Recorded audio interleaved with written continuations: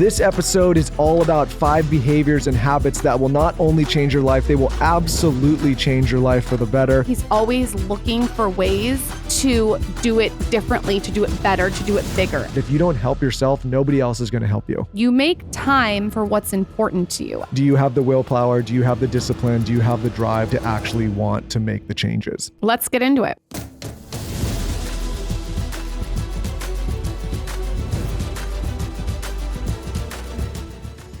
I'm ready. I have my 2 hard-boiled eggs on the table. That's a behavior that's changed my life. Yeah, I've never seen anyone bring hard-boiled eggs to a podcast, but here we go. Hello, everybody. Welcome back to the Skinny Confidential Him and Her Show. Today, we have a solo episode coming in for you, coming in hot. This episode is all about 5 behaviors and habits that will not only change your life, they will absolutely change your life for the better. What we've realized over the years doing over 600 episodes is it's really the basics that people sometimes struggle the most with. I think doing so many of these podcasts and talking to so many of these high achievers, you hear a lot of things that what I would say are quote unquote high level, but what Lauryn and I have deciphered over the years, it's the basics, it's the redundancy, it's the self-discipline, it's the things that they do consistently that are just these small little movements that they make in their life or these small little changes they make in their life that have the greatest impact.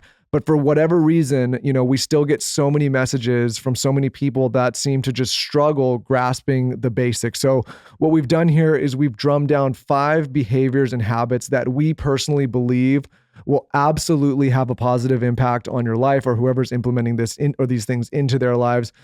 The one thing I would say here is this: 90% of the people that get this advice unfortunately fail to utilize the advice and they don't actually implement these things. I think why? I think it comes down to self-discipline. I think it comes down to motivation. I think sometimes you don't receive the message at the right time in life. What I will say is if you do actually implement these 5 things, it is impossible for your life not to drastically improve. But like I said, 90% of the people, and even 90% of the people listening to this will most likely not do these things. They're not necessarily easy things to do. Prove him wrong. Everyone who's listening, prove him wrong. I would love it if 100% of the people prove me wrong, but I'm just saying statistically, 9 out of 10 people will hear this stuff. It'll go right over the head. They won't actually implement it. That being said, you don't have to have any kind of special quality. You don't have to have any resources. It requires no real money. Anybody that's listening to this can implement these 5 things and drastically change their life. The question is, do you have the willpower? Do you have the discipline? Do you have the drive to actually want to make the changes? Let's get into it. What's the first one? The first one, which I know, and listen, again, these are basics. So the way we've broken this down is we're going to give you the basics. We're going to tell you the why. We're going to tell you the how, and we're going to tell you what will happen if you actually implement these changes. So the first one is you have to build a strong fitness routine and you have to get in shape. When you're somebody that puts yourself out there and starts getting in shape, right off the bat, you're going to feel a sense of accomplishment, which you're going to feel better about yourself. You're going to feel that implementing this kind of discipline in your life is going to empower you to implement other kinds of disciplines in your life. So many people just fail to have a basic fitness routine. I completely agree with you. Something that I do that has helped me so much is I have an accountability partner. So what I do is Michael and I work out together when we lift, and then I hired a trainer to keep me accountable. If you can't do that, that's fine. I also meet a friend and I'll take a walk. I meet my friend Kim Kelly on Skype every Sunday and we work out together and it's in my calendar. So I make sure that I'm doing something with someone else. And this could mean a walk around the lake with a friend from high school. This could mean using my husband to keep me accountable. This could mean hiring a trainer, whatever it is. I like having an accountability person in my life when it comes to working out. And what I'll do, because I'm a psycho with my calendar, is I'll send an invite. And I actually structure my calendar. I don't even know if Michael knows this. The foundation of the skeleton of my calendar is my workout. So everything else is built around my workout. And what that does is it makes the workout a non-negotiable in my calendar. So I send the invite to whoever my accountability person is. I'll put it in yellow. And I like to usually do it in the morning so it's out of the way. Yeah, Lauryn jumped right to how, but I want to talk a little bit more about the why as well. A lot of people listening to this are hearing us talking about developing a fitness routine, thinking it's just for aesthetics. It's really like aesthetics is part of it, but it's really not the main reason. I believe that if you have a strong fitness routine and you're busting your ass in the gym or in some kind of workout, you're going to get your endorphins flowing. If you're someone who struggles with anxiety or depression, this is going to help clear some of those feelings out of your system. When you're doing hard things and you're putting your body through exertion, you're exhausting yourself. You don't have time to feel some of these negative emotions because you're flushing your system with such positive movement. So really, it's not just about the aesthetics, which of course you'll get the benefit from. It's also about feeling good. You're also going to get better ideas. Whenever I work out, and I personally do it in the morning like Lauren, I get some of my best ideas. Sometimes I have to pause in the middle of the workout and go write something down just because my brain's flowing. So if you're in a stupor or you're stuck and you're wondering, what's that next creative endeavor or what, that next idea, just getting a strong fitness routine is going to be important. And like Lauren said, on the how, I think a lot of people struggle with this because they don't create a system of accountability. For Lauren and I, fortunately, we work out with the trainer out here, Brent. That was obviously an investment. I know everybody can't make it, but maybe that's finding a friend or someone who also wants to get in shape. Maybe that's telling your followers on social media, even, if it's a small following, that you're going to do this and you're creating this challenge and you're going to hold yourself accountable there. I think it's difficult when you just rely on your own self-discipline and you don't create some kind of accountability system to get yourself moving. And listen, you're not going to hit it every single day, but just having this system in place and creating a routine, which I'll talk about in a minute, is so critically important. I also want to share like a little tangent story. So my trainer, Brent, he's amazing in Austin, told me that he has the opportunity to work out with a lot of different couples. And he has been a trainer for a long time, like years and years and years. And he has seen a common denominator. So couples that work out together and hold each other accountable tend to do really well in their marriage. Meaning they stay together? They stay together. They have a strong foundation. It's fun for them. Like Michael and I make it like a hobby. Like we get in the car, we'll talk business, we'll talk about our kids. We also hold each other accountable. I'll grab his penis, whatever it is. God. On the way to the gym, like that's our time together. We'll listen to jazz. He'll try to change the channel to heavy metal. And then we'll get to the workout and we'll go work out together and we'll have this really incredible, like fun workout. And listen, we're doing different things. Obviously we're not all doing, sometimes we're doing the same thing, but a lot of times we're doing different things, but in the same space.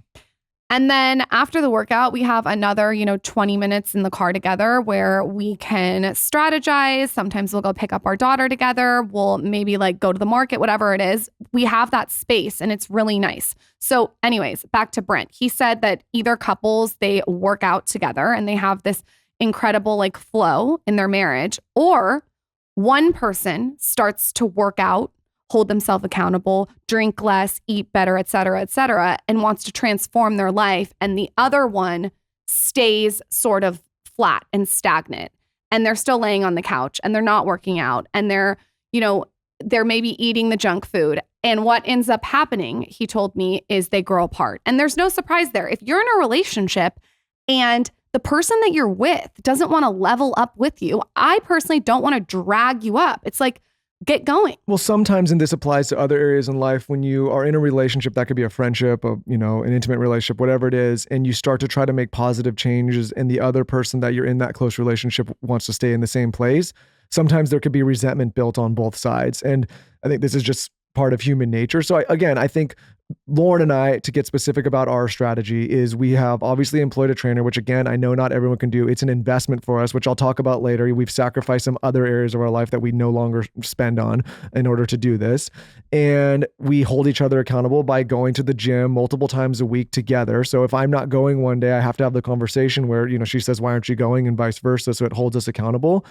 And again, I think this is just super important. And I think the reason that we put this as number one, or I know the reason we put this as number one, is if you get a solid workout in place and a solid foundation to continue working out and building your body, it eliminates so many of the other hardships in life. Like I said, if you're stressed, if you're anxious, if you're depressed, if you're not feeling confident, if you don't feel good about your overall well-being, maybe you just don't feel well as a person, you don't feel healthy, getting a basic fitness routine in place that you can be consistent with for years on end, and I'm not saying months, I'm saying years on end, just make it part of your, like, brushing your teeth. This is going to eliminate so many of the other hardships that you have in life. So again, I think I'm very passionate about this subject because I think it will help so many people if they just develop a routine, which we can touch on a little bit. When you show up for yourself with a workout every single day, you are building your confidence muscle. When you are showing up and you are putting in those reps and you are sweating and you are moving your body, you are building confidence within yourself. I always like to sort of show a sliding door situation. There's two ways to wake up, right? You can wake up, you can grab your phone, you can stare at it, you can scroll through social media, you can lay in bed for 30 minutes looking at everyone else's life, you can roll out of bed, you can grab coffee first thing, and you can sit down at your computer and do emails. Or you can wake up, you can put your phone away, make the bed, get outside, take a walk, move, maybe work out. It's a totally different life between those two people in 5 years. Period. And I also want to say that while this has obviously a personal effect, this also has an external effect. When people see you putting in that discipline and changing your life and developing a routine that's going to keep you in shape, they automatically take you more seriously as a person because they see the personal discipline you have. So if you're trying to go into a leadership position, or if you just want, you want to go on that next date, or you want people to start taking you more seriously, when they see that you are somebody that has individual personal discipline, you will start to be taken more seriously in all sorts of different circles, which is important. So to talk about routines, and I think this is important to highlight because a lot of people are saying, well, what is the workout? What Lauryn and I do personally every week is we do 3 to 4 days of strength training, which we've talked about on many other episodes. If you just search, Skinny Confidential strength training, or listen to the episode we just did with Peter Attia, I won't bore into the details here, but we do that 3 to 4 days a week, 3 days a week, light cardio. This could be a walk, zone 2, enough to get your heartbeat moving, but nothing too exerting. And then 1 day a week, it's kind of like an all out cardio. The reason that muscle building is such a priority for us is I don't think a lot of people realize how important muscle is. And we've been talking about it again more on this show, but after the age of 30, you lose about 1% of your muscle mass every year. So without muscle, you're going to age faster. You're going to your structure's not going to be as strong. For men, your testosterone is going to drop. And if you have strong muscle mass, you're also going to burn more fat. So this is why we put a priority on muscle and then also implement the cardio. For me, I do 4 days a week of strength training, like Michael said. And then I work out with Kim Kelly every Sunday on Skype. And then I'll do Melissa Wood Health from home. So that's something that anyone can do in the comfort of their own home. And then I will go on those walks with Michael. I also make it a priority to walk my son every single morning. And I feel like that gets in like 3,000 steps. So just like getting it in where you can. And getting it in where you can. I know a lot of people are listening. And listen, again, if you're already making excuses, I'll go back to the beginning. You're probably part of that 90%. Everybody's stressed for time, but everybody has the same amount of hours in the day. So this may mean you need to wake up an hour and a half earlier, or you might need to go to bed an hour and a half later. It might mean you need to stop scrolling as much on social media. It might mean you have to cut out some social hours with friends. But if you make this a priority, it will change your life. And the effect that it'll have, some of the things that will just happen to you is you'll be able to take on more, you'll feel better, you'll have better ideas, your anxiety and depression will diminish, and you'll feel better about yourself. And not to mention, you'll just be healthy. So there's so many benefits, better sex, everything. Yeah. So again, this is number one, because I feel like if you get your fitness foundation in place, many of the other hardships that we face as humans will eliminate themselves. What's next? The second thing that we put on this list, which I just, I feel is becoming a lost art. It's becoming a lost hobby. People are, again, doing this less and less, but it's had such an impact on my life and so many people we've interviewed on this show, is reading, and reading every single day, a lot more than you think you need to read. Quick break to talk about Symbiotica. It is true, my skin is absolutely glowing. Many of you have been writing to me personally saying that I look absolutely incredible. And that is because my vitamin C levels are boosted out the ass because I take Symbiotica's vitamin C, which is producing my collagen. I also take their vitamin D3, K2, and CoQ10, which I think is the best vitamin D3 formulation on the market. Yes, I said that, the best one, and their vitamin B12. They have so many amazing supplements. Lauryn and I have had the founder of Symbiotica, Shervin, who many of you guys love, on this show. I think he's leading the charge, maybe 4 or 5 interviews, the most times that we've had any guest on, because we could just talk to this guy about anything.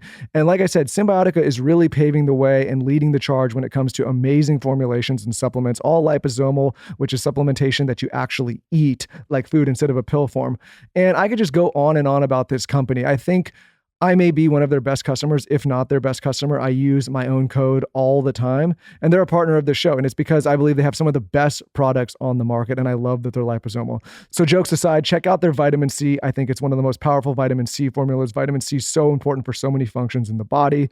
And if you want to have that glowing skin like me, it's also great. They're consistently rolling out some of the highest quality supplements on the market. And Lauryn and I could not be bigger fans.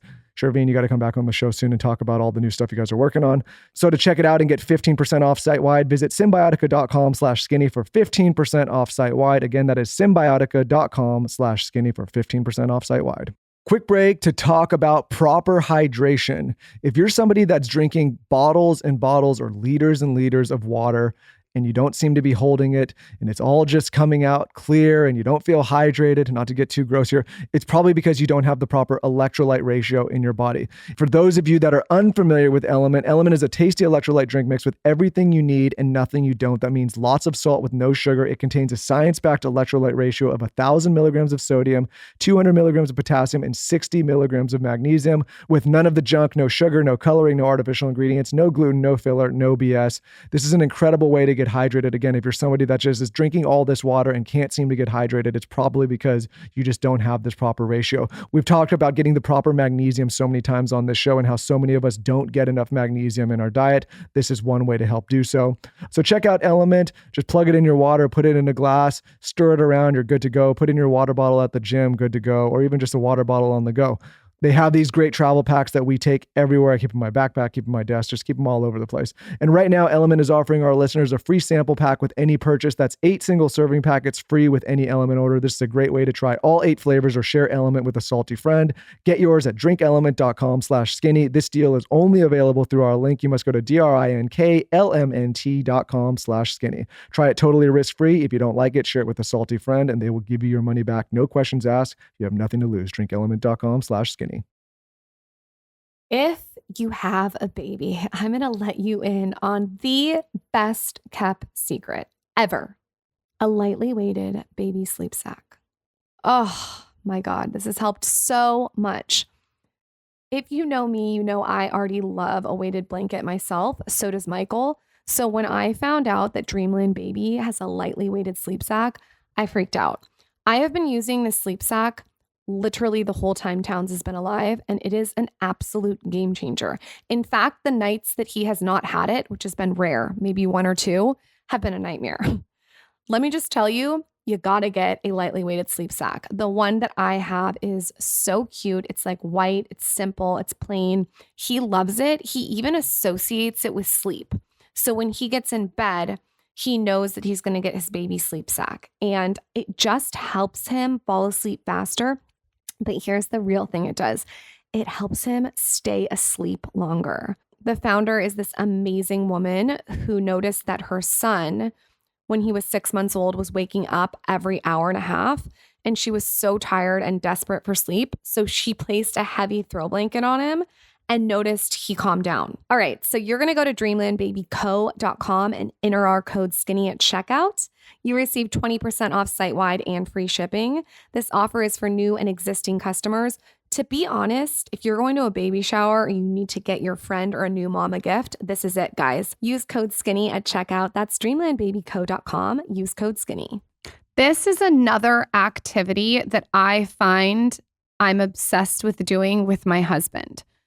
The reason I think Michael and I, well, for me, why I love my marriage is because, and I talked about this on another podcast, but it's like, I love my marriage because in my marriage, my husband lets me be independent and in my own space. And what I mean by that is Michael and I can be in the same room, be in silence, doing our own thing. And one of those things that we do together, and we do this every night, is read. And this has just become a habit. It's like when we get in bed, sometimes it's like 7:30 or 8, and we have like our red light on and we're winding down, we both will pull out our Kindles. It's just like a thing that we do. And it's something we do together, and we compare notes on what we're reading. And it's become to me like a really nice way to wind down. It's a really nice way to connect. When I'm over connecting, I put my mouth tape on and say I can't speak. We'll read like the same books. Right now, we're both reading Elon Musk's book. And Michael's trying to tell me everything that's going to happen. And I'm like, shut up. By Walter Isaacson. Really good book. But the point is like we've made it an activity that's fun. So that's another way to sort of hold yourself accountable as a couple. And for people out there that aren't fans of reading, let me try to convince you a little bit on the reasons why, or let me try to convince you some of the reasons why you should start to read, because I attribute the high majority of any success I've had in my life for reading or to reading. I've said on multiple times on the show, I was a terrible student. I could barely pay attention. I barely skimmed by. It was not my thing. Detention every Saturday. Mooning the principal. Yeah, well, flicking the teachers off. Okay, but it had nothing to do with my learning. That was just behavioral issues. But anyways. Time out. Was honestly can barely remember anything that I ever learned in school, which is begs to say, well, how the hell has this guy gone on to create multiple companies and, become successful in his life and have a successful marriage? Bragging a little bit about myself, but to be honest, these things. And it's because the answers that I've found have been in books. It's been reading other people's lives, reading about mistakes they've made, reading a bunch of self-help and learning, picking out maybe one good idea a week. All of the things that have happened in my life that have been good have been because I've learned things in books. And here's the other thing. If you're on the dating scene, you just and you want to be more interesting, like read, because you're gonna have more to talk about. By the way, even if you're not on the dating scene, if you're looking for friends, like bring something interesting to the table. I'm married and I still will read stuff and like bring a fact to dinner. It's interesting to bring something interesting to the table that you've read. Also, if you're stuck in a rut and you're sitting there and you're thinking about your career and you're like, what's that next idea? What do I do next? Where should I go? The answer's in books. It takes basically one good idea. So what I would recommend for people that are starting out and maybe don't have a developed reading habit is I would start in the genre of self-help. I know a lot of people like fiction and I know a lot of people like biographies, but I would start in the genre of self-help. Typically, these authors are writing in a way that's digestible and easy to understand. Typically, these books aren't as long, so you can get through them rather quickly.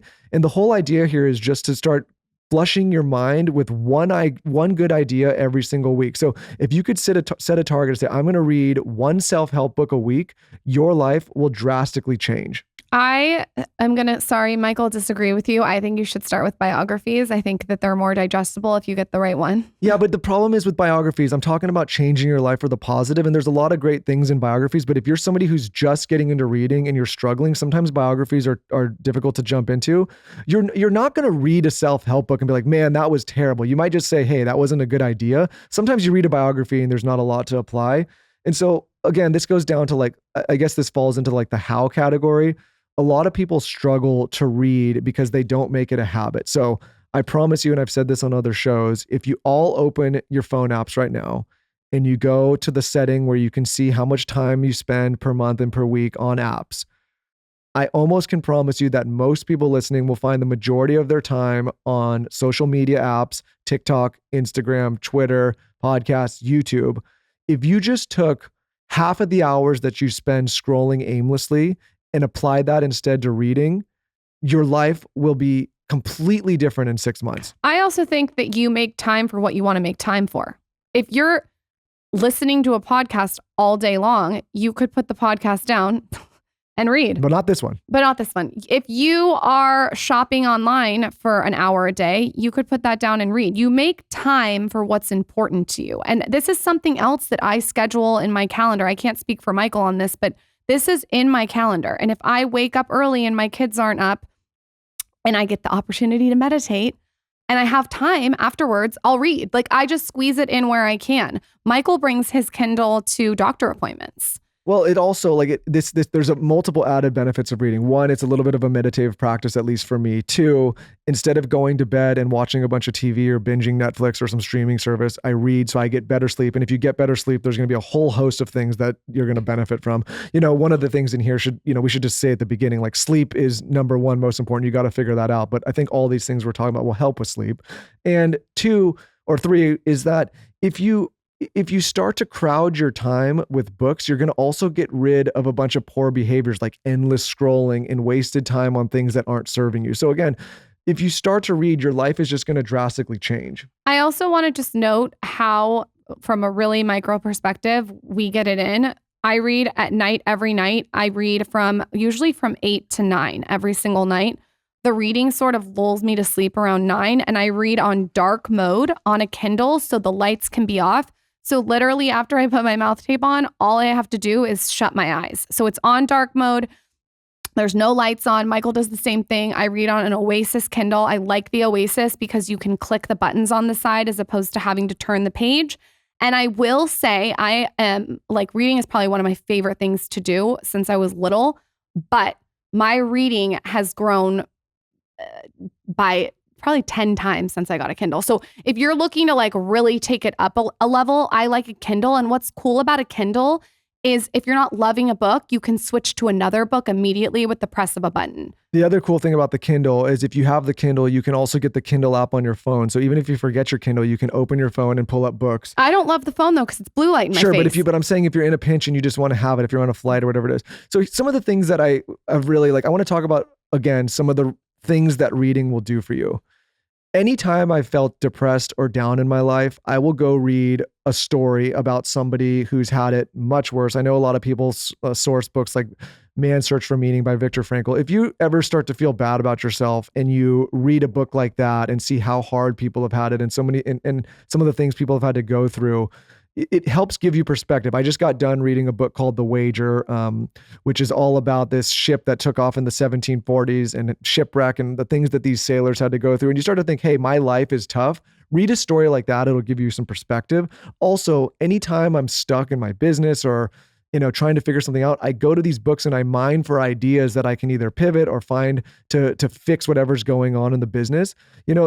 I don't think people realize all we have right at our fingertips for relatively next to no cost mistakes that the history of the world and people in this world have made in previous eras and previous time. Instead of learning the hard way yourself, open a book and see what people have done to get through some of life's hardest things. So again, you're going to feel better. You're going to feel better about yourself. You're going to get perspective. You're going to have a different view of the world. You're probably going to end up being able to speak better, have better conversations. There's just no reason why you shouldn't be reading more. And again, you're going to crowd out bad behaviors like endlessly scrolling on useless social apps. I also want to share 3 books that we have read lately. I'll go first. I just finished this incredible series called Playing Doctor. There's 3 of them. I could not put them down. I highly recommend this series if you're interested in like hospital life. The writer is really funny and cheeky, but he tells like all the stories that you want to know, but not in a gross way.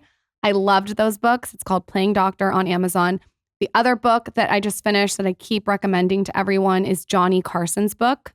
It's so good. It was like written by his lawyer and it's kind of like a tell-all. You get to see a really 360 approach of Johnny Carson. And then another one that I just read that I loved is The Obstacle is the Way by Ryan Holiday. I think that's a really good one to keep going back to. It applies to so many different circumstances in life. So those are the 3 books that I'm loving right now. If anyone's looking for book recommendations, I also on my blog, theskinnyconfidential.com, have like so many different kinds of genres and ideas of books to read if you're looking for more. Are my book posts still there? I think I've done some recommendations on your site. You have. Do you have 3 books that you can share? Well, I say right now I'm reading Walter Isaacson's book about Elon Musk, and I know that's like a big book right now, but also I love him as an author. He wrote Ben Franklin's autobiography. He did the one on Steve Jobs. He's just a phenomenal author. So I'm reading that. In a self-help genre, I think Ryan Holiday also is doing books on the 4 cardinal rules, which we got to have him back on and talk about that. And he has a book called Courage is Calling. I'm reading that. These books that I just read, is it Killers of the Flower Moon and The Wager? I always forget the guy's name because I devoured these books. I'm going to find it because it's right on my Instagram. I mean, they're nonfiction historical books. One was one took place in this country, another in England. But anyways, phenomenal books, different genre. His name is David Gran? Yeah, David Gran. Yeah, his books. I mean, everybody knows that they're like so reviewed on Amazon. It took me forever to get around to reading them, but they are phenomenal. I could see why they've done so well. So there's that. And then like Lauren said, she has recommendations that we've done on her blog and we'll do more. But anyways, reading will change your life for the better. There is no downside to reading. You will get smarter. You will get more successful. You will be more well-liked. You'll be more fun. Better. You'll be more fun. And there's just no downside whatsoever. Okay.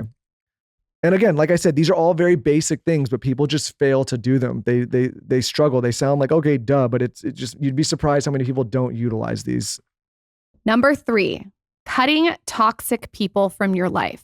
This one Controversy. sounds like a no-brainer, like you said, but sometimes I think there's a little bit of an addiction to toxic people. I think that there is an addiction to maybe the chaos of it all, or an addiction to wanting to help the chaos. I even find myself sometimes getting sucked into it, but I constantly am checking myself and bringing myself up to a balance. I think that if you have toxic people in your life, and Gary Vee says this, instead of eliminating them, you should limit your exposure to them. So maybe for you, that looks like talking to them every 6 months.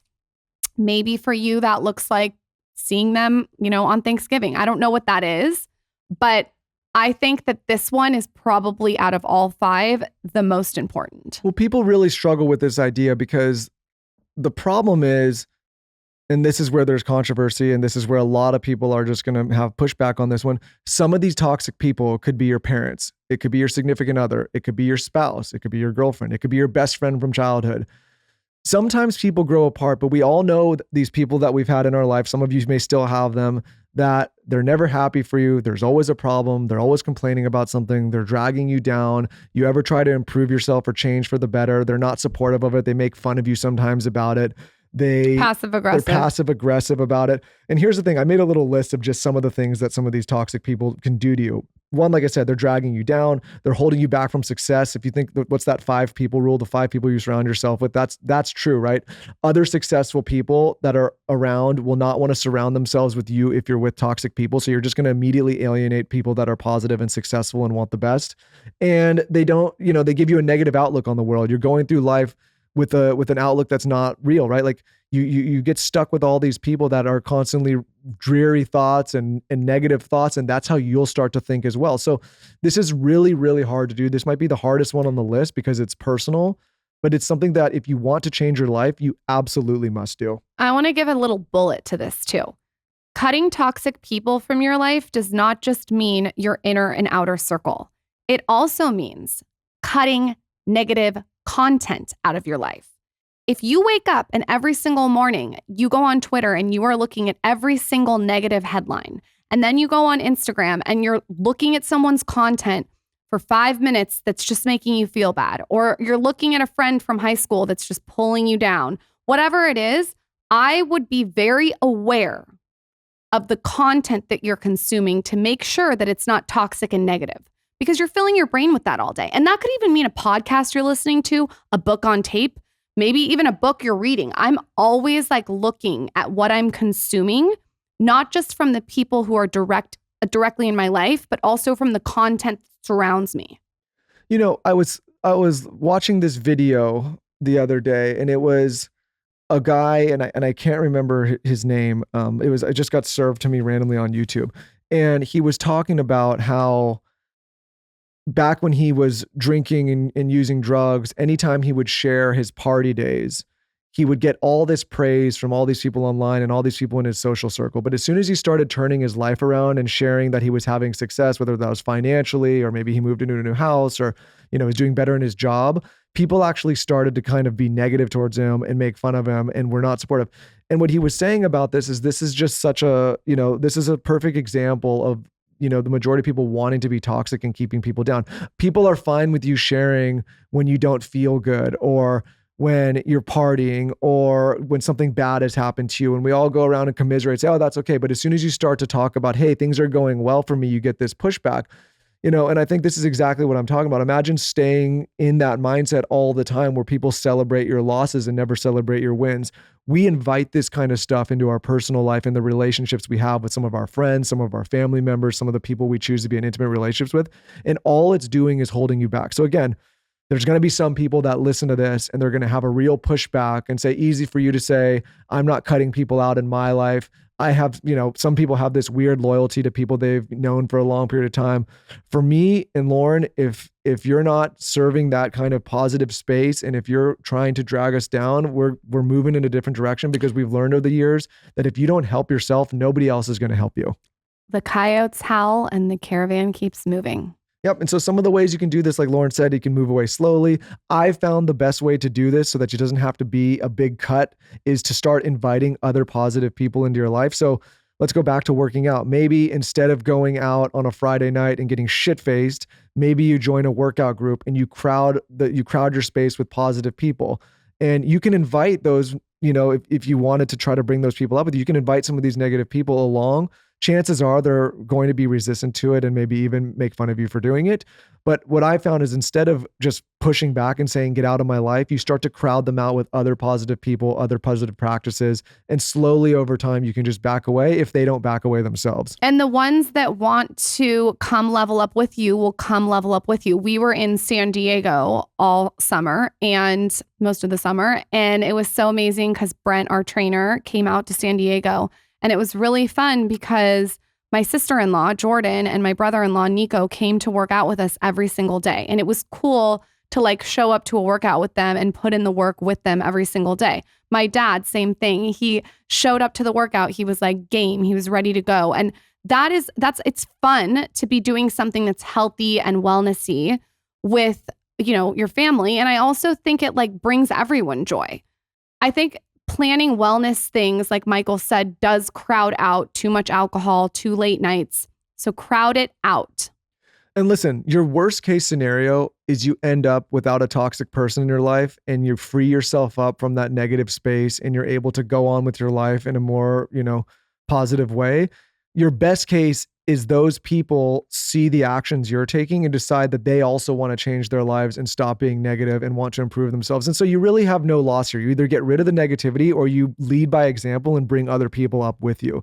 But it's going to be extremely important for people to do. I'm telling you, being in business for as long as I have been and having the partners I have and being in the relationships, nobody wants to be around negative people with loser mentalities. No, everyone wants to be around solution oriented. What's next? Like, where's the positivity? Like, if this way isn't working, what way can we look? Like, not talking about the problem all the time. Yeah, it's like everybody has that one friend where everyone's excited to go out and do the thing, and then you get that one Eeyore in the back that ruins the night. So again, you just got to move forward. You got to deploy some empathy, but you have to cut them out of your life. As harsh as it sounds, it's the only way you're going to move forward without having them drag you behind. I also think there's this thing called empathy fatigue, where you apply too much empathy to someone who's always complaining and you just get fatigued of it. Well, the problem with that is then you actually end up resenting the person and being angry, and that blows up in a different way. All right. Here's a hot tip. If you're around someone, there's two types of people. They're either a dementor and they're sucking the energy, or they're bringing in good energy. And it's really easy to sort of separate the two people. The ones that are dementors are negative and probably toxic. So to recap here on these first three things, we've talked about developing a strong fitness routine so that you can have strong body that's going to enable you to have a strong mind. We've talked about implementing reading that's going to help expand your mind, give you a better vocabulary, make you a more well-rounded person, give you a little calm, hopefully make you sleep better. And now we've also talked about cleaning up your environment and maybe getting rid of some of these toxic people or toxic sources that are maybe holding you back or dragging you down. The next thing that I really want to discuss that I know 100% will change people's lives, and I know I need an episode on this, and I know you're beating me up about it, but one source of many people's stress is their finances and money. And it's because people do not have a healthy relationship with money, and they most importantly do not have a healthy relationship with saving and investing. This is so important to do as a human being. I know some people care less about financials than others, but so many of us go through life so stressed with our backs against the wall, feeling like we have very little options, living paycheck to paycheck, not knowing what to do next, feeling a pressure all the time because they have not developed a healthy relationship with money and saving, which Lauren, I know you're going to talk to me about right now. When the fuck are you going to do your finance episode? I'm going to do the finance episode. I'm going to talk all about making more. But here's the thing. It doesn't matter if I tell people how to make more money if they don't learn how to save and invest more money. What happens is, most of the time when people start earning more, instead of saving more, they just increase their spending habits more. So you may go from making $50,000 to $70,000 or $70,000 to $100,000, but if you don't figure out a discipline to start saving and investing your money, you're going to be in the exact same place with bigger numbers. By the way, number 4 is learning to save and invest and stop spending on things you don't need. So yes. You just wrap that in a bow. No, so I want to talk about this a little bit because I promise you there's people out there saying easy for you to say, listen, it is not lost on me that at this point in my career, I have financial stability. But it's because not because of the success of all the businesses. Obviously that plays into it in a large part, But I live with Lauren well below our means because I've learned a discipline on how to invest and save. So if you're somebody right now that is living paycheck to paycheck and you have not figured out how to save, the first thing that I need to teach you how to do is I need to teach you how to set a certain amount of that income aside so that you can start a savings profile and an investment profile. Now, many of you listening may say, well, I need every single dollar right now to pay my bills. That's problem number one. Your bills are too high. You're living above your means and you're living a lifestyle that you can't afford if you can't save. So that may mean, and listen, this is, like I said, 90% of people will not do this. This is very hard, especially when it comes to savings.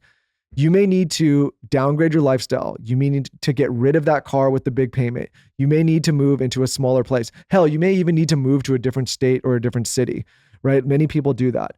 You, for sure, if you're not saving, need to stop buying things that you don't need, and especially things that you're buying to impress other people. That also may mean that you need to stop going out and being social every night of the week. This is like a crunch period of time where you need to figure out, okay, get my finances in order and do whatever I can to start saving. This could be as little as 5 or 10%, but you need to figure out how you can pay yourself first, which means save a little first, no matter what those sacrifices may mean.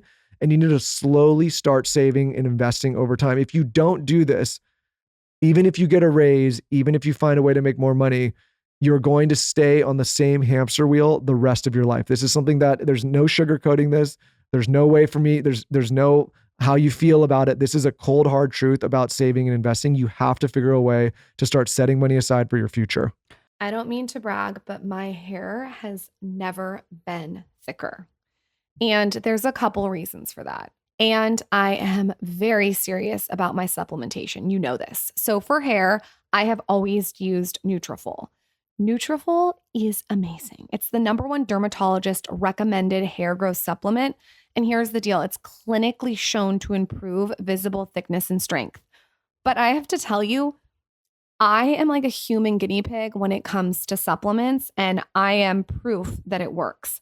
My hair was so much like thinner and like really, really fine and like shedding when I was postpartum with Zaza, and I have completely done a 360, and Nutrafol just gets it. So they target everything from thinning, stress, hormones, environment, nutrition, lifestyle, and metabolism. And what I like to do is I like to take 2 a day. And overall, their focus is thinning hair. So if you are like me and you're going through maybe postpartum or stress and you want to up your hair game, this is one thing to add to your kit. Take the first step to visibly thicker, healthier hair like me. For a limited time, Nutrafol is offering our listeners $10 off your first month subscription and free shipping. All you have to do is go to Nutrafol.com and enter the promo code SKINNYHAIR. Find out why over 4,000 healthcare professionals recommend Nutrafol for healthier hair. Nutrafol, spelled Nutrafol.com, promo code SKINNYHAIR. That's Nutrafol.com, promo code SKINNYHAIR. This episode is sponsored by eBay Authenticity Guarantee. I just scored the cutest baby blue Celine like mini bag that could substitute as a wallet on eBay. Let me tell you, I'm obsessed. eBay is making sure the things that you love are authenticated by real experts, because we all know there's no feeling like real. They have jewelry that makes you look like a gem, or sneakers and streetwear that make every step feel fly. With eBay Authenticity Guarantee, whether you're looking for a head-turning handbag or a watch that says it all, they have you covered. I got the most beautiful baby blue like mini Celine. It's so cute. I'm obsessed with it. And I didn't have any worry because I knew it was real. These days, it's hard to know if you're getting the real deal, but to know for sure if you're getting it, go straight to eBay. When you're searching, just look for that blue check mark. It'll say Authenticity Guarantee. That means when you buy it, you can be confident that it's going to be authenticated by real experts through a hands-on detailed inspection. Every stitch, sole, logo, every inch of it, they're making sure it's the real thing. And just to give you the exact Celine bag I got, because I have to give you every detail, it's the mini clawed and shiny calf skin leather. So cute. So when I got my new Celine clutch, I didn't have to worry. It was in perfect condition. I am obsessed. Ensure your next purchase is the real deal. Visit ebay.com for terms. That's ebay.com for terms. Quick break to talk about Beekeepers Naturals Brain Fuel. You guys have heard us talk about Beekeepers Naturals for years now. We've had Carly, the founder of Beekeepers, on this show before to talk about all the benefits of bee propolis and their throat spray, which is one of their early hero products. But one of our favorite products that Lauryn and I use all the time, especially when we need a break from caffeine or when we're going to do a podcast or even when I'm going to do reads like this and I just want to roll off the top of my head, we use the Royal Jelly Brain Fuel. This is like Adderall, but all natural. It helps combat fatigue and helps you find your flow. And you can use it, like I said, as a caffeine-free boost of energy to get you in the zone or beat that 3 p.m. slump when it's too late or you're thinking about having that other cup of coffee. You can use this instead. We love the Brain Fuel, and we definitely take it on days where we feel we need to focus or get into deep work. So if you have, maybe it's a Monday and you really got to dive into it, take it then. Or if you're doing a creative endeavor and want to feel a little more creative, do it then. Lauryn and I really use this nootropic as a tool for when we really just got to focus and get into that flow. And of course, what we love about Beekeepers Naturals is it's clean and effective products that work. They're all third-party tested for all pesticides. They're dedicated to sustainable beekeeping and helping save the bees. And it's female founded. And of course, we have an offer today. Beekeepers Naturals is offering you an exclusive offer. Go to beekeepersnaturals.com and enter code SKINNY to get 20% off your order. That's beekeepersnaturals.com and enter code SKINNY. Beekeepers Naturals products are also available at Target, Whole Foods, Amazon, CVS, and Walgreens. Beekeepersnaturals.com, promo code SKINNY. Michael is really, really savvy and smart when it comes to finances. I feel like that's something that he's taken interest in. And I know you read Tony Robbins' book. It changed his trajectory. I'll give you guys some book recommendations in a second. Yeah, you have to give us some book recommendations. I have something to add about money that's maybe like not on this list. Ever since, way, way back when I started working, I was not making a lot of money. I was making, at the time, I guess it was decent money in a restaurant. I wasn't making a ton of money, but I always had an abundant mindset when it came to money. I will talk to a lot of my friends who have a lot of money, and they're constantly coming from a scarcity mindset. And they're constantly telling me they can't do this because they don't have the money, or they don't want to spend the money because they can't waste the money. I have always looked at money as a tool, and I have looked at it that I can always go out and make more. So for me, everything with money has always been abundant, abundant, abundant. And listen, I have been at restaurants where my credit card declines for $100. I have many stories that we can go back on from when I had no money, but I always was like, I'm going to go out and make more. I'm going to go out and make more. I always wanted to make my own money. I always wanted to have an independence around my money. And I think it really matters what your mindset is around the money and what your relationship to that is with yourself in your head with money. So listen to the way that you're speaking about money. Are you always saying you don't have enough? Your paycheck isn't enough? Are you always saying you can't afford that? Oh, I can't do that because I don't have money. Watch the way that you talk to yourself when it comes to money. I personally think that makes a huge difference.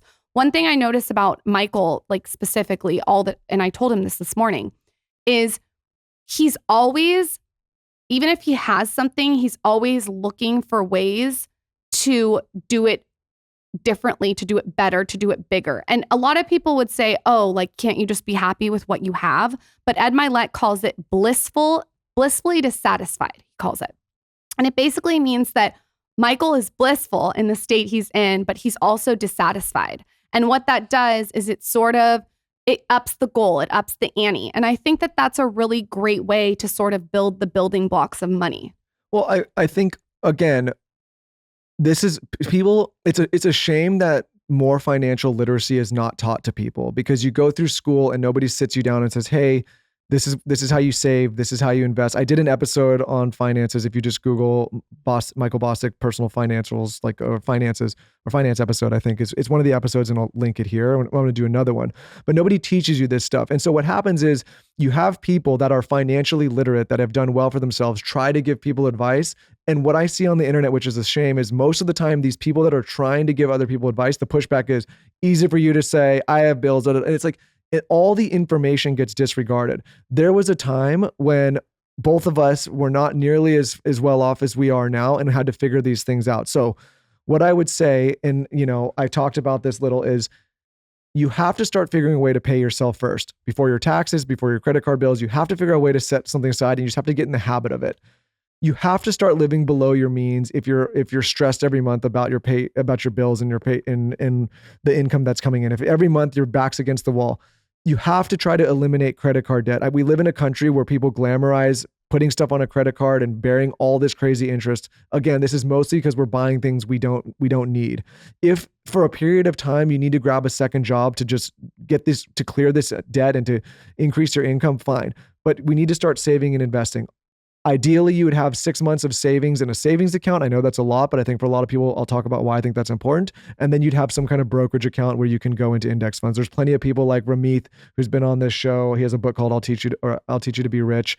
Tony Robbins' book, Money Master the Game, is great too, to teach people. But you have to get in this habit, right? And once you do that and you develop a savings habit, here's what's going to happen.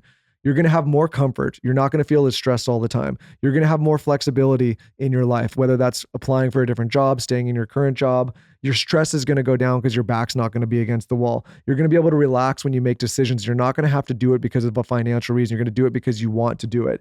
You're going to feel more confident. And most importantly, if you start investing, your money will grow more and more each year. If you're somebody in your youth right now and you start doing this, compounding will take effect. Search that in these books that I'm talking about, and you will have money later in life. It is such a shame. Lauryn and I know so many people that did not save and invest in their younger years that are now starting to become older, that have no investments, no savings. And it's really difficult for them because it gets harder and harder to make money as you get older. You want to start replacing your income with your investment. So this is so critically important. I know I'm harping on this over and over. A lot of people, this is going to go right over the head. They're not going to do this. You have to get your hand around finances. To end this, I will give you a couple books. Like I said, Tony Robbins, Money Master the Game. It's a big book, but if you can get through it, it's very important to at least give you a basic understanding. Lauryn talked about this earlier, The Psychology of Money by, I think, Morgan Housel, who, by the way, Morgan, come on the show, is a phenomenal book, just how to think about it. Financial Freedom and The Simple Path to Wealth. And then obviously The Richest Man in Babylon, which is a classic. If people take that and apply that to your reading habit, put those 5 books in the stack and become literate on money if you're not, and that will change your life.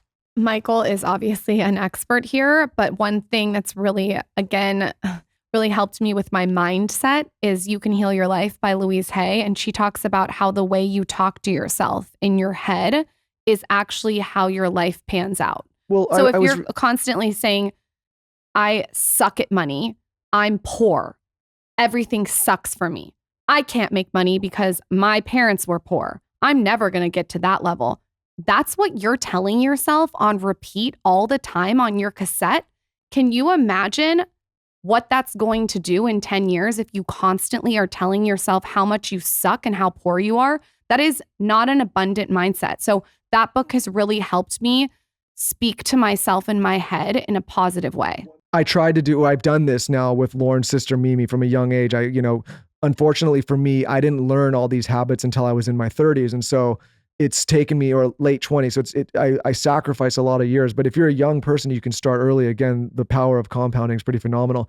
And I think it's just getting in the habit. What I worry the most about people is this is not necessarily even about increasing your income. As if you're a young person and you're stressed about bills, that's normal. Every young person's stressed about bills. But as you get older, if you don't start learning these habits early on, as you get wage increases or you get better jobs or you get higher pay, if you don't start doing this stuff now, all that's going to happen in your life is, again, you're going to get a bigger paycheck and you're going to do the same thing. You're going to spend all of it at the end of each month. So again, it's developing this saving and investing habit early on and understanding that a portion of the income you bring in needs to be set aside for future rainy days. This is going to do so much to de-stress you and put your comforts at ease. So again, very important to do. Last one, number 5, learn to cut out or cut back drastically on substances that are hurting more than helping you. This is where we lost everybody. This is going to be the hardest one for most people. This one's hard. Listen, I love my margarita. I love my champagne on ice. Like, I love a glass of red wine. But I will tell you, since moving to Austin, I did something that has really made a big difference. I do not associate my home in Austin with alcohol. And let me tell you what I mean here. When I lived in LA, I associated like Taco Tuesday at my house with margaritas. I associated Friday night, wine night. I associated Saturday as like beers with Weston. Whatever it was, like I was making Monday's Moscow Mule, Tuesday's Tequila Sunrise, Wednesday's Barney Beanery, Yeah. whatever it is. Like I was associating my house with alcohol. And I was like, opening a bottle of wine. Like I just didn't do that with this house in Austin. I really have not used our house to have alcohol. I know that sounds so weird, but when I come home at night, it's more to detox as opposed to retox. Like it's to calm my nervous system, not with alcohol, but like whether it's music or candles or a bath or reading, it's all about being calm in my home. And I think that has made my brain not drink when I'm at home, which has really helped because now Michael and I really only drink when we're on vacation or if we're having a date night or like a friend comes into town to Austin. Yeah. And let me reiterate and remind everybody the theme of this episode. We were careful with what we put on this list because we wanted to make sure that 100% if you implement these things in your life, that your life will change for the better, for the positive. So, you can't just say anything. Like we know having a good fitness routine is going to drastically improve your life. We know that reading is going to do nothing but improve your life. We know that cutting toxic people out of your life is going to do nothing but improve your life. We know that saving and investing for your future is going to improve. And we also know that if you cut many of these substances, whether it's alcohol, marijuana, whatever you're taking out of your life or diminish it as much as you can, it will have nothing but a positive effect. Here's the difficulty. I'm not sitting here on my high horse saying that we don't partake. We just got back from a trip in Italy with a bunch of our friends and we let the wheels fall off. We were after it. We had some friends come in from out of town, Sif and Nish, and we went out the other night and we had a couple drinks. So Lauryn and I are not saying you can't do these things, but what we think is that people could benefit from drastically decreasing the amount that they partake in substances, and not only the frequency, but in the amount. I started running my alcohol intake like I run my fitness. And what that means is I started looking at my week and being like, okay, when am I drinking this week? Like this week we have a dinner and we have a cocktail on Saturday night. So I'm like, that's going to be my night that I'm drinking. Last week, like Michael said, we saw Sif and Nish and we decided to have a couple margaritas. So I'm looking at my week on Sunday, seeing where I'm going to drink so I can be thoughtful and have purpose around the alcohol intake. The other thing I want to point out, if you are drinking every single night, maybe you're having half a bottle of wine, maybe you're having a bottle of wine, you are not going to have a strong fitness routine, okay? Which is going to make it harder to stay in shape. Yep. You are going to have trouble cutting out toxic people because sometimes that brings toxic people around. You're not going to be able to read at the end of the night because you're going to be drunk and you're going to be spending more money with your finances. Why do you think I put it as number 5, Lauryn? Because again, it's like full circle. Yeah. So when people say, hey, Michael, how do you save? Well, one of the first things people can do is if you're out every night on the weekend spending a ton of money, listen, these drinks are so fucking expensive these days. If you can just cut that down to 2 nights a month as opposed to every single weekend, boom, take all that money, just put that into savings. Again, if you're too hungover to get up and go get a good workout, like Lauryn said, this is completely diminishing that. If your brain's all scrambled because you're hungover, you're not going to want to read. And again, most likely, the majority of people that you're doing these kind of behaviors with week in, week out are not necessarily the greatest people. They may be your friends, they may be your drinking buddies, but there could be some toxic behaviors going on that are putting you in compromised positions. Also, you know what? There is nothing fun about waking up after 3 or 4 margaritas with children. It is a special kind of torture to wake up to someone who's demanding food. They're hungry. They need their diaper changed. They need this. They need their vitamin. Where's their probiotic? Please, can I have a cookie water? The list goes on and on and on and on and on. Their hair's not right. They want to wear this outfit. There is nothing fun about waking up with children hungover. So for me, I'm like, okay, I'm going to have to wake up tomorrow at 7 a.m. And I just I'll work backwards. Is this drink really worth it to be hungover? It's got to be really fucking worth it. For me, it's got to be a fuck yes to one, leave the house to go to dinner or a party, or I have to be sometimes if we go to New York for a couple days or LA and I'm away from my children, that's another thing where I'm like, okay, I'll partake. And listen, we're not sitting here again thinking this is easy. There's a lot of people that struggle with alcohol and substances.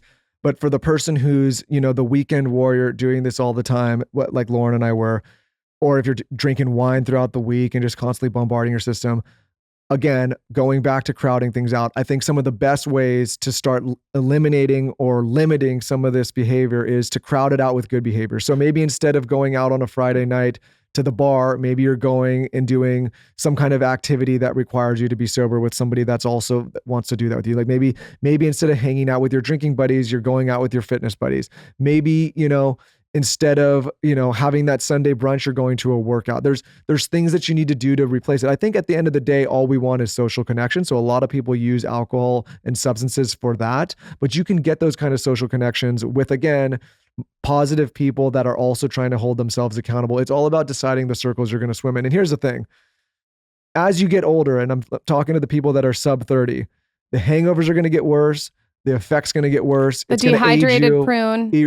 Have you ever seen an old drunk, old alcoholic? It's not a pretty picture. It also fucks with your sleep. It fucks with your mouth tape. It fucks with your sex. I mean, it fucks with your morning. It fucks with your Mondays. It fucks with your work. It fucks with your hormones. And if you're somebody trying to lose weight. No, it makes you gain weight. Listen, I have lost so much weight by cutting down to once a week or just on vacation. What always surprises me, and again, clip's gonna get pulled and people are gonna be mad. Men and women who are trying to lose weight, who drink multiple times a week, but still and have a fitness routine thinking they're gonna lose weight, you are running an uphill battle. You're taking 5 steps forward to take 10 steps back. It is not possible to drink that consistently and get the fitness results you want. So again, if you want to get in shape, even in your drinking all the time, it's just such an uphill battle. It's just, you're not going to have anything but positive effect by either completely eliminating or really diminishing the amount of alcohol and substances that you have in your life. So that's it. Those are the 5 things. They will absolutely change your life. Develop a fitness routine, read, cut toxic people out of your life, develop a savings habit, an investing habit, and try to limit the substances in your life. These 5 things, again, I'm talking to the 10% of you that I hope will do this. If you do it, your life will drastically improve. You will not recognize yourself in a year. You will be a completely different person. I also want to say something. Since we moved to Austin, we are doing these 5 things, like Michael said. And the clarity that I have in my business has never been more clear. I call my business partner, Weston, all the time with all these different ideas. I feel more inspired. I feel more excited. When Monday comes around, it doesn't feel like such a drag. We're not perfect. Like Michael said, we mess up all the time, but it's kind of 80-20. If you can do these 5 things at least 80% of the time, hopefully toxic people, it's 100%, you're good. Everybody can do these things. And again, I would challenge anybody out there that is charging right into excuse mode to really ask yourself multiple times why you can't make some of these changes. Maybe your gut reaction is, well, I can't save right now because my bills. Well, are there anything you can do to lower your bills? Could you get a second job? Are there things you can do to increase income? Are there things you could cut out? These, I think, ask yourself why 5 times before you chime in and say you can't. I think that's the biggest thing is people, they hear this kind of stuff. It's such basic information. It's what all the most successful people do. But then they give themselves this personal resistance by either making excuses or giving themselves a reason why they can't. So what I would say is ask yourself 5 times why you can't make these changes. And if after that, then you can't, then you really can't. But I think most people can. And I think if you do, it will absolutely change your life for the better. If you like these solo episodes, go check out a bunch that I've been doing lately. I think I have 3 up. We're going to drag Michael's ass into the studio to do a finance episode. You can ask any questions for that episode on my latest post so I can collect them at Lauren Bostic. Make sure you're following us on TikTok at TSC Podcast. And we just launched a new product called La Spoon, and it is a body sculptor. It's made to sculpt, contour, tighten, give you a little lymphatic drainage on your body. I'm obsessed with it. It's so good with a body oil. Go check it out. Thank you guys so much for listening, and we will see you next time. And we will be doing so many more solo episodes, I promise. Cheers.